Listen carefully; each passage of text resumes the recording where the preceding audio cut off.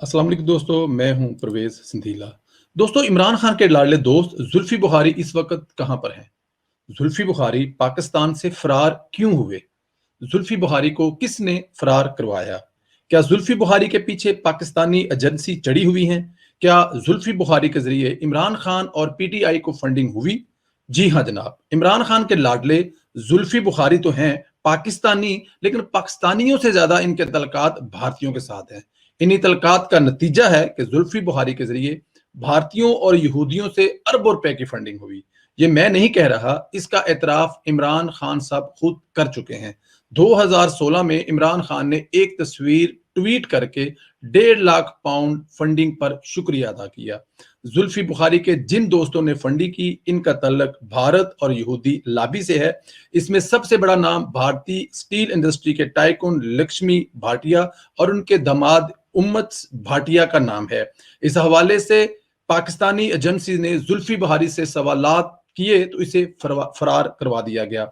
यह भी कहा जा रहा है कि यह फंडिंग भारत की इंतहा पसंद जमात बेजीपे और आरएसएस की जानब से की गई, जिसका जरिया जुल्फी बुखारी बने और इस पर इनसे सवालात किए गए। और जब सवालात हुए तो जनाब की हवा निकल गई, क्योंकि दाल में कुछ तो काला है और फिर जब दाल पूरी की पूरी ही काली हो तो हवा का निकलना तो बनता है। इसीलिए मसूफ को एनआरओ देकर फरार करवा दिया गया।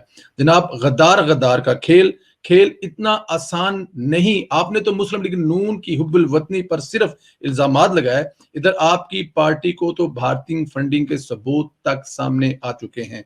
ये खेल शुरू तो आपने किया, लेकिन इसको खत्म हम करेंगे। इसीलिए इमरान खान साहब इतनी देर से फॉरेन फंडिंग केस को चलने नहीं देते, हमेशा उसके खिलाफ स्टे लेते हैं, क्योंकि उनको पता है कि जब ये केस खुलेगा तो इमरान खान साहब के पल्ले कख नहीं रहना। इमरान खान साहब इतने नंगे होंगे कि वो किसी को मुंह दिखाने के काबिल ना होंगे। लेकिन वो केस आज नहीं तो कल नहीं तो परसों, एक ना एक दिन जरूर खुलेगा और ये काम होगा इमरान खान की जिंदगी में और लोग देखेंगे कि इमरान खान का चेहरा कितना घनौना है। दोस्तों, इंशाल्लाह कल एक दूसरी वीडियो मुलाकात होती